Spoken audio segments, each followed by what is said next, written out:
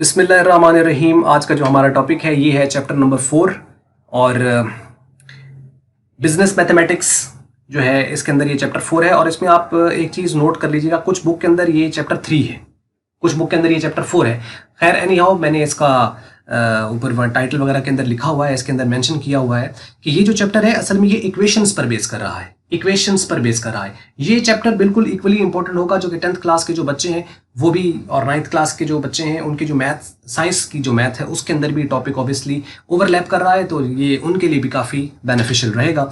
आइए इसके अंदर एक ओवरव्यू देखते हैं कि आखिर इस पूरे चैप्टर के अंदर कौन कौन से टॉपिक्स हैं जिनको हमने कवर अप करना है। पूरे चैप्टर के अंदर जो कि 4th चैप्टर है जो कि इक्वेशंस का है, इसके अंदर 4 एक्सरसाइजेज हैं, 4.1, 4.2, 4.3 एंड 4.4। अब ये क्या है, 4.1 में कौन कौन से टॉपिक्स होंगे, 4.2 में कौन कौन से टॉपिक्स होंगे, 3 में, 4 में कौन कौन से टॉपिक्स हम डिस्कस करेंगे, इसके ऊपर 1 बाय 1 आपको एक वीडियो मिलेगी और वो ऑब्वियसली एक एक टॉपिक को कवर अप करेगी उसके अंदर, तो चीजें जरा सीक्वेंस के साथ चलेंगी तो आसान रहेंगी। आइए सबसे पहले देखते हैं एक्सरसाइज जो कि 4.1।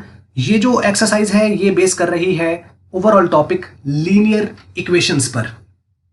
लीनियर इक्वेशंस जो आपके पास होंगी, इसका सबसे पहले हम देखेंगे यहाँ पर पहले टॉपिक में कि इनका इंट्रोडक्शन, कि लीनियर इक्वेशन आखिर होती क्या है। इसको हम डिग्री से डिस्टिंग्विश करते हैं, लीनियर, क्वाड्रेटिक वगैरह जो भी होती है ना, पोलिनोमियल वगैरह इक्वेशंस, तो इसको हम डिग्री से ही असल में एक इक्वेशन रहती है, तो वो लीनियर कहलाएगी या क्वाड्रेटिक कहलाएगी या वो हायर ऑर्डर्स आपके पास जो है वो क्यूबिक इक्वेशंस वगैरह वो कहलाती है, तो वो डिग्री की बेस पर होती है। तो हम देखेंगे कि लीनियर इक्वेशंस क्या है, इसका एक अच्छा इंट्रोडक्शन हम देखेंगे सबसे पहले। उसके बाद हम अंडरस्टैंड करेंगे रूल ऑफ ट्रांसपोजिशंस। ये एक रूल हम पढ़ेंगे जो कि लीनियर इक्वेशन को सॉल्व करने के लिए यूज होता है। रूल का नाम याद रखिएगा, rule of transposition. With example हम इसको देखेंगे। और उसके बाद तीसरे नंबर पर हमारी जो इसमें टॉपिक आएगा वो होगा word problems based on linear equations. कि एक तो होता है ना कि सिंपल सादा, जैसे एक क्वेश्चन दे दिया, इक्वेशन लिख दी तो आपने इसको सॉल्व कर लिया। एक होता है स्टेटमेंट लिखी होती है। अब उस ये थोड़ा सा ट्रिकी होते हैं, थोड़ा दिमाग लगाना पड़ता है कि आपको एक स्टेटमेंट वो देगा, उस स्टेटमेंट्स में से आपको क्या करना है कि उसको पढ़ना है, उसमें से सबसे पहले आपको डेटा निकालना है। डेटा निकालने के बाद उसकी आपने इक्वेशन बनानी है, फिर इक्वेशन जब बन जाएगी फिर आप उसको सॉल्व करोगे।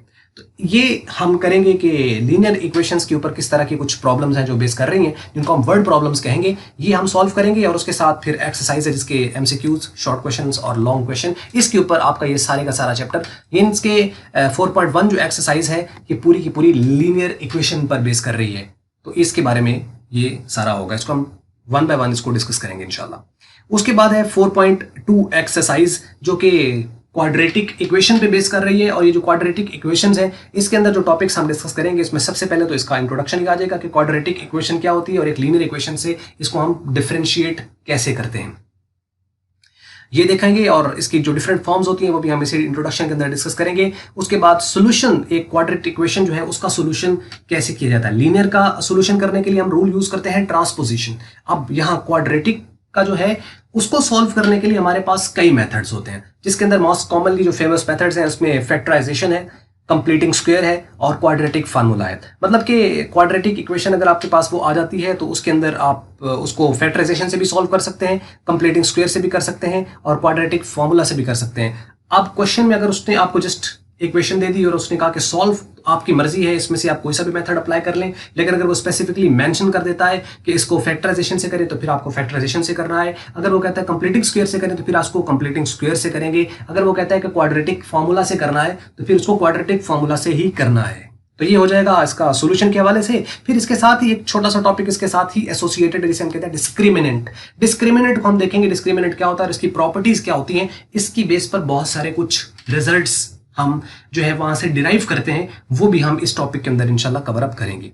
और उसके साथ आखिरी जो टॉपिक इसके अंदर है वो इसकी अपनी ही एक्सरसाइज है, जिसके अंदर ऑब्वियसली जो एमसीक्यूज हैं, जो ऑब्जेक्टिव पोर्शन है वो, उसके बाद शॉर्ट क्वेश्चंस और लॉन्ग क्वेश्चन को डिस्कस करेंगे और ये एक्सरसाइज यहाँ पर एंड हो जाएगी। इट मींस के जो 4.2 है ये पूरी की पूरी क्वाड्रेटिक इक्वेशन पे बेस कर रही है। उसके बाद जो 4.3 है ये है reducible forms of the quadratic equations. ये भी क्वाड्रेटिक इक्वेशन ही है, लेकिन इसको हमने रिड्यूस करना होता है कि वो पावर 2 में नजर आए। तो इसको हम कैसे सॉल्व करते हैं, इसके लिए हमें सबसे पहले इक्वेशन को आइडेंटिफाई करना पड़ता है, उसकी फॉर्म को देखना पड़ता है। तो सबसे पहले तो हम इस चैप्टर का एक थोड़ा सा आपको ओवरव्यू और इंट्रोडक्शन देंगे इस पूरी एक्सरसाइज का। उसके बाद हम वो टाइप्स डिस्कस करेंगे इक्वेशंस की, जो क्वेश्चंस होते हैं, टाइप्स ऑफ क्वेश्चन, जो कि असल में टाइप ऑफ इक्वेशंस हैं, कि एक पर्टिकुलर इक्वेशन उसने आपको अगर दी है तो उसको हमें कैसे पता चलेगा कि ये किस पर्टिकुलर फॉर्म में जा रही है, इसकी एक स्टैंडर्ड फॉर्म होगी, उसके साथ हम इसको देखेंगे और ये बताएंगे कि ये इसका इक्वेशन जो क्वेश्चन दे रखा है ये इस फॉर्म के साथ मैच कर रहा है। वो कुल मिला के 12 फॉर्म्स हैं, उसको हम इंशाल्लाह डिस्कस करेंगे और एक एक इसके ऊपर क्वेश्चंस आपको कराएंगे। बस यही, इसकी 12 जब फॉर्म्स हो जाएंगी तो ये पूरी एक्सरसाइज जो है 4.3 यहाँ खत्म हो जाती है। मीन्स कि ये reducible forms of quadratic equations के ऊपर ये एक्सरसाइज है। इसके अंदर एक्सरसाइज में हम लोगों ने जो डिस्कस करना है वो ऑब्वियसली सी बात है वही 3 चीजें होंगी, एमसीक्यूज होंगे, शॉर्ट क्वेश्चंस और लॉन्ग क्वेश्चंस, और इस तरीके से 4.3 यहाँ पर खत्म हो जाएगी। Reducible form of quadratic equation, ये है इसका 4.3 एक्सरसाइज। और आखिरी जो एक्सरसाइज है 4.4 वो बेस कर रही है साइमल्टेनियस इक्वेशंस के ऊपर। अभी जो साइमल्टेनियस इक्वेशन होती है ये सेट ऑफ इक्वेशन होता है।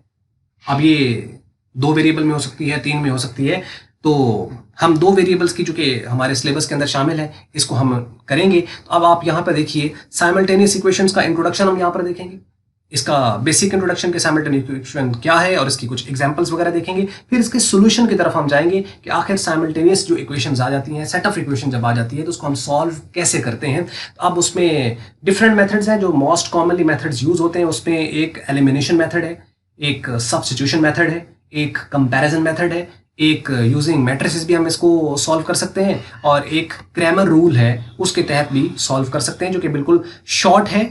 अब वही बात है कि अगर आपको साइमल्टेनियस इक्वेशन दे और वो कहे कि सॉल्व, तो अब आपकी मर्जी है कि आप इसको इनमें से किसी एक मेथड से भी जो भी आपको आसान लगता है उसके तहत आप इसको सॉल्व कर सकते हैं। लेकिन अगर वो आपको एक स्पेसिफिक मेंशन कर दे कि इसको मैट्रिसेस से करें या इसको एलिमिनेशन मेथड से करें या क्रैमर रूल वगैरह से करें, तो मीन्स कि अब आपको फिर स्पेसिफिकली उसके अकॉर्डिंगली लेके चलना है। तो ये डिपेंड करेगा कि आपको वो मेंशन करता है या मेंशन नहीं करता है। क्वेश्चन ओपन हुआ तो आपकी मर्जी है, अगर उसको क्लोज कर देता है, स्पेसिफाई कर देता है, तो फिर आपको उसको फॉलो करना होगा। ये तो हो गया यहां तक। तो ये है इसका साइमल्टेनियस इक्वेशन का सॉल्यूशन, और इसके बाद इसकी ऑब्वियसली सी बात है लास्ट जो कि तीसरा टॉपिक है वो होगा एक्सरसाइज का, और इसमें एमसीक्यूज जो कि इंपॉर्टेंट एमसीक्यूज हैं, जो रिपीटेड और मोस्ट इंपॉर्टेंट एमसीक्यूज हैं जो कि बोर्ड के पॉइंट ऑफ व्यू से हैं, तो उसको हम यहाँ पर डिस्कस करेंगे आपके साथ, और कुछ शॉर्ट क्वेश्चंस जो कि इंपॉर्टेंट है और कुछ लॉन्ग क्वेश्चन जो कि आपको एज अ प्रैक्टिस के लिए हम देंगे, जो कि आपको प्रैक्टिस करनी है। तो इस तरह करके ये पूरे का पूरा जो चैप्टर है ये खत्म होता है। ओवरव्यू मैंने बता दिया, यानी 4.1 जो है वो लीनियर इक्वेशन पे बेस कर रहा है, 4.2 क्वाड्रेटिक इक्वेशन पे बेस कर रहा है, जो 4.3 है वो रिड्यूसिबल इक्वेशंस के ऊपर बेस कर रहा है, जबकि 4.4 जो है वो साइमल्टेनियस इक्वेशन पे बेस कर रहा है, और पूरे का पूरा जो चौथा चैप्टर है ये इक्वेशंस पर बेस कर रहा है। तो ये है इसका ओवरव्यू। उम्मीद करते हैं आपको ये बात समझ लगी होगी। अगर आपको वीडियो मल्टीपीडिया की अच्छी लगी तो उसको आप लाइक कर लें, शेयर कर लें दूसरों के साथ। अगर आपको अच्छी नहीं लगी तो उसको आप कर दें डिसलाइक। और वीडियो देखने का हमेशा की तरह आपका बहुत बहुत शुक्रिया।